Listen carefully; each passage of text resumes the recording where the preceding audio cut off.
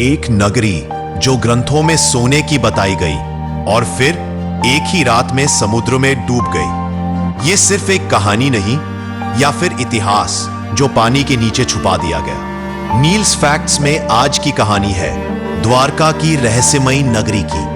महाभारत कहता है द्वारका भगवान कृष्ण की नगरी थी। समुद्र के किनारे बसी, भव्य महल, चौड़ी सड़कें और अपार समृद्धि। कहा जाता है ये कोई साधारण शहर नहीं था, बल्कि अपने समय से कई आगे था। फिर आया वो क्षण जब भगवान कृष्ण ने पृथ्वी से प्रस्थान किया। ग्रंथ कहते हैं उनके जाते ही द्वारका का अंत तय हो गया। क्या यह सिर्फ संयोग था या किसी बड़ी घटना का संकेत?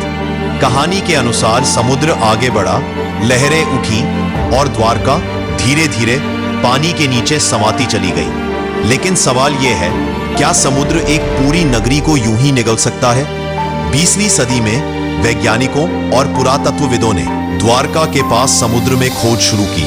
पत्थर की दीवारें, सीढ़ियां, सड़क जैसी संरचनाएं। ये सिर्फ चट्टानें थी या किसी भूले हुए शहर के अवशेष?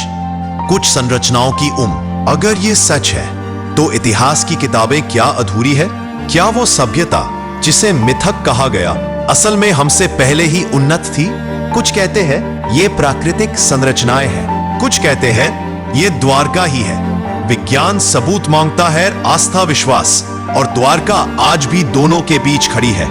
द्वारका सिर्फ एक डूबी हुई नगरी नहीं, ये एक सवाल है, क्या हम इतिहास को उसकी गहराई में जाकर देखने के लिए तैयार हैं? क्योंकि कुछ सच्चाइयां आज भी समुद्र के नीचे सांस ले रही हैं।